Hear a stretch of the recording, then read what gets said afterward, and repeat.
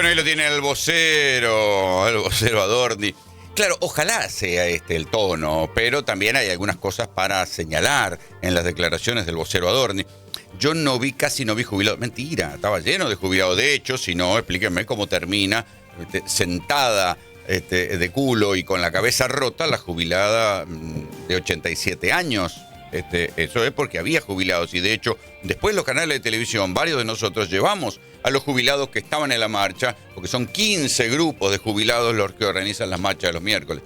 Pero ojalá entonces sea el tono y la decisión del gobierno de dejar manifestar a los que van a estar en contra de la miseria que están cobrando los jubilados, porque no nos olvidemos que ese es el fondo de la cuestión.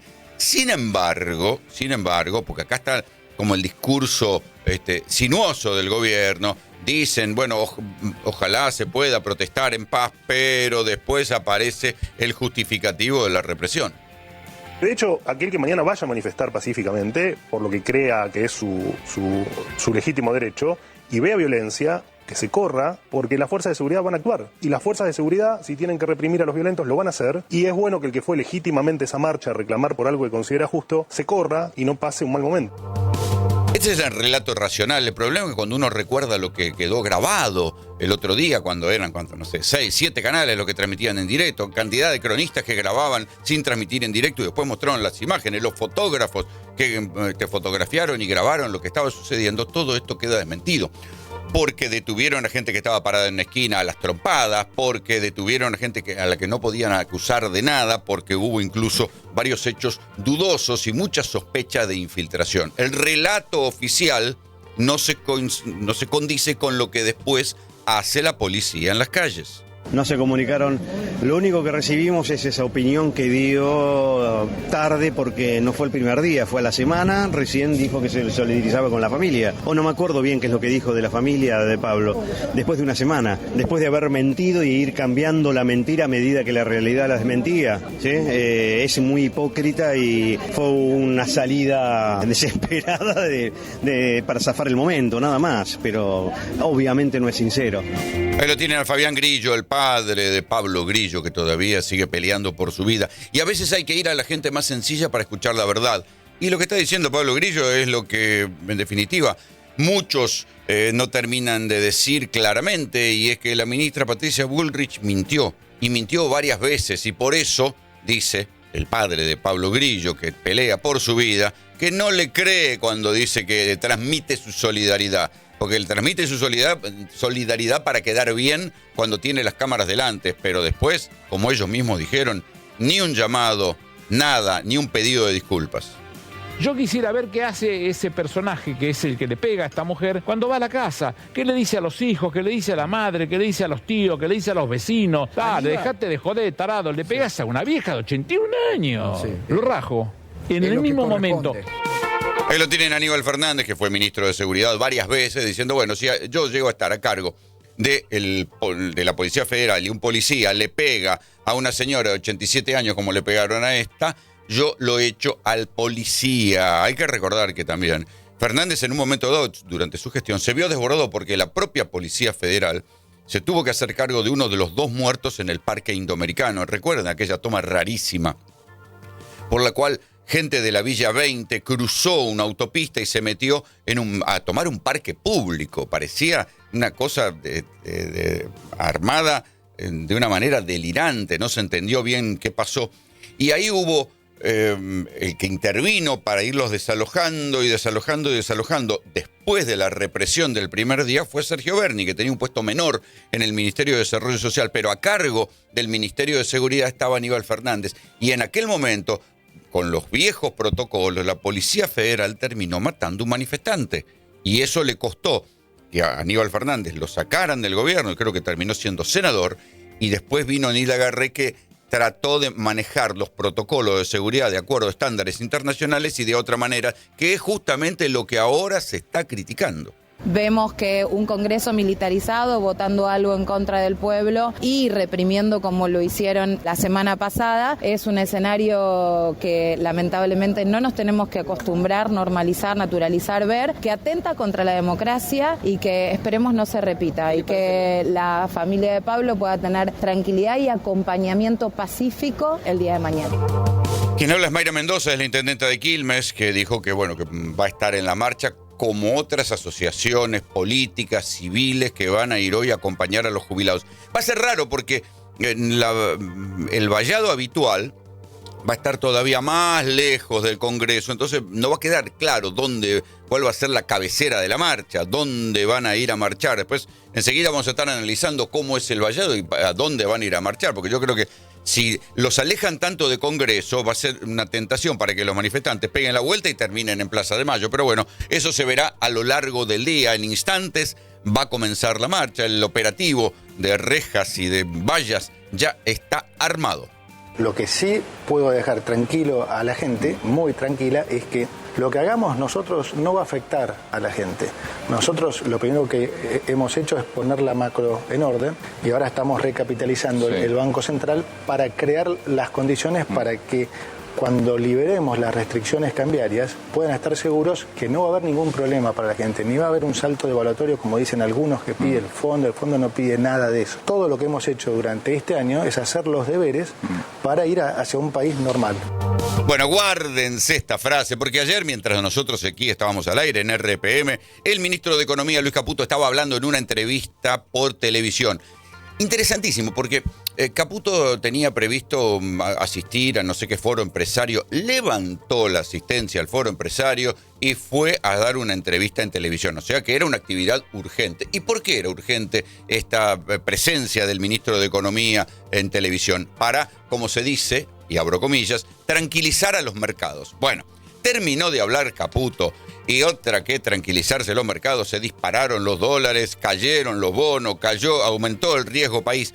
Pero yo les decía, guarden esta frase, porque yo creo que va a quedar en el arcón de aquellas frases como el que apuesta al dólar pierde, el que recibió dólares, el que puso dólares recibirá dólares. Con el corazón, respondieron con el bolsillo. Exacto, esa es la de Pugliese, les hablé con el corazón, me contestaron con el bolsillo, porque lo que pretende instalar el ministro Caputo, a ver, en la Argentina uno puede andar creyéndole a los ministros de Economía porque si no termina quebrado, pero lo que dijo el ministro Luis Caputo es: esto no va a provocarle daño a la gente. Está hablando de la devaluación sin nombrarla. ¿Por qué? Porque ya se sabe que el FMI, pese a que Milei es el gran sueño ajustador del FMI, ha ajustado más de lo que le piden, ha echado más gente de la que le pedían. El FMI está tamborileando y está diciendo: y viejo, ¿cuándo vas a devaluar? Porque así nosotros no te vamos a seguir prestando la plata para que hagan carry trade y se la lleven para afuera, para que timbeen con los bonos y se lleven la plata para afuera.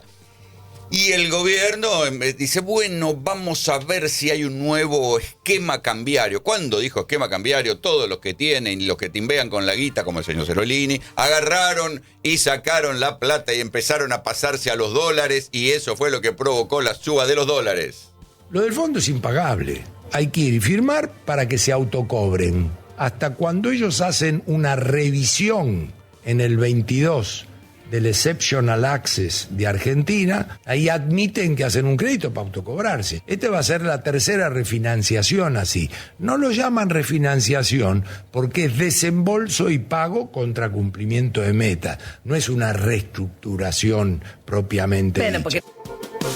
Cada vez que uno escucha que viene el Fondo Monetario Internacional, esto sería como cuando viene un punga, te tenés que llevar la mano al bolsillo, porque seguro te terminan bolsiqueando. Y esto es lo que está pasando, solo que lo ponen en palabras finas, ¿no? Entonces, Argentina va a aumentar la deuda con el Fondo Monetario Internacional y dicen que bueno, que no. Y escuchen las excusas. Primero que es para fortalecer reservas. Después que es para pagar unas letras que se emitieron allá hace 10 años, unas letras que emitió el Estado contra plata del Banco Central y que nunca le pagó, que lo que están haciendo es sanear el patrimonio del Banco Central. Después dicen que es para pagarle al propio fondo. En definitiva, no se sabe bien para qué, pero están desesperados de plata. Y esto es lo que se va a discutir hoy, porque el escenario va a ser doble. Por un lado, vamos a estar mirando la marcha, pero adentro se va a estar discutiendo la aprobación del DNU que emitió el gobierno, que esto que nosotros veníamos diciendo que es, para simplificarlo, un cheque en blanco que le está pidiendo el gobierno al Poder Legislativo para poder volver a endeudarse con el Fondo Monetario Internacional, vale decir, para que venga el prestamista, te preste más plata y después te pueda meter más cómodamente la mano en el bolsillo. Este es Juan Manuel López, uno de los diputados de la coalición cívica, uno de los partidos que está de los dialoguistas o de los más o menos oficialistas, que va a apoyar el decreto de cheque en blanco al FMI. Es clave que haya acuerdo con el Fondo por la Estabilidad Argentina. El mundo financieramente está muy complicado. Hay bolsas como la de Estados Unidos que pierden de manera grave su valor por esta guerra comercial de Donald Trump. La Argentina no tiene reservas en el Banco Central y el Fondo Monetario no solo nos va a ayudar a sanear el balance, sino que nos va a prorrogar los plazos del viejo acuerdo del año 2018. Bueno, ahí lo tienen a uno de los dialoguistas justificando por qué van a votar a favor hoy del decreto. El peronismo va a votar en contra. Se crea todo un conflicto por la impericia que tiene el gobierno nacional con respecto al tema de cómo obtener este fondo, obviamente porque tiene un atraso cambiario que no lo puede sostener y que obviamente el programa está haciendo agua y lo quieren tapar con esto hasta el tiempo de las elecciones. Obviamente que nosotros queríamos que venga el ministro de Economía, tanto a diputados como a senadores, y podemos charlar sobre el tema de la deuda, que aumentó prácticamente en 101 mil millones de dólares en un año. Bueno, quien habla es el senador José Mayán. Hasta ahí al final dice, aumentó la deuda a 101 mil millones en el año. Este es un dato interesante. El gobierno de Javier Milei se ha endeudado en un año lo mismo que tardó el gobierno de Cavallo en endeudarse a lo largo de 10 años. Ustedes me dirán, bueno, sí, pero también el dólar se devaluó. Sí, pero no tanto. El gobierno de Menem Cavallo tardó 10 años en endeudarse en 100 mil millones de dólares. El gobierno de Javier Milei se endeudó en un año. El de Macri también se endeudó en 100 mil millones de dólares, pero tardó 4 años. O sea que se va acelerando el plazo de endeudamiento de la Argentina y, por supuesto, la deuda no baja. Y esto es lo que yo les digo, cuando uno entra en uno de estos programas de ajuste, los organismos de crédito, y esto ya se había visto en la Argentina, siempre termina peor, porque es como uno de esos préstamos UVA, ¿viste? Que terminás debiendo más de lo que terminás pagando. Algo parecido pasa con los programas del Fondo Monetario Internacional.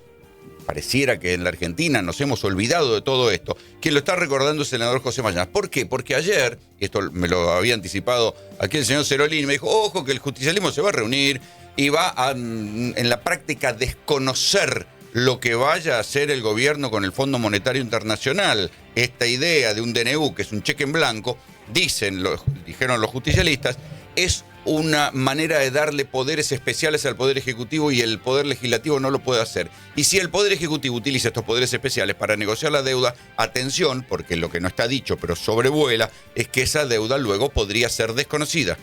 Habló de esto, ¿no? Habló básicamente de la deuda, del DNU, de la manera que este gobierno ha tenido de llevarnos a un nuevo endeudamiento con el Fondo Monetario Internacional, que no sabemos por qué monto va a ser, que no sabemos en qué plazo se va a pagar, que no sabemos a qué tasa se va a usar y que definitivamente es ilegal.